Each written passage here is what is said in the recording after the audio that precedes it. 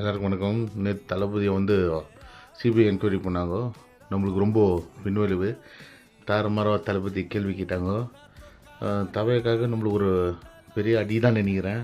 ஏன்னா நீ எப்படி அங்கேருந்து போனேன், நீங்கள் 40 பேர் செத்துரு பேருக்கு எந்த இடத்துலேருந்து நானோ கேள்வி கேட்டாங்க. தளபதிக்கு வந்து கொஞ்சம் டிசப்பாயிண்ட் ஆகிடுச்சு. இப்படின்னு தானே நினைக்கிறீங்க?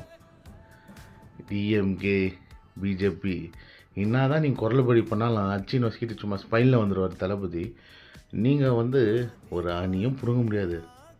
ஏன்னா 40 பேர் ஒரே நாளில் போஸ்ட்மார்ட்டம் பண்ணவங்க நீங்கள், சிபிஐ என்கொயரியில் மாட்ட போகிறது நீங்கள், செந்தில் பாலாஜி மாட்ட போகிறது உறுதி.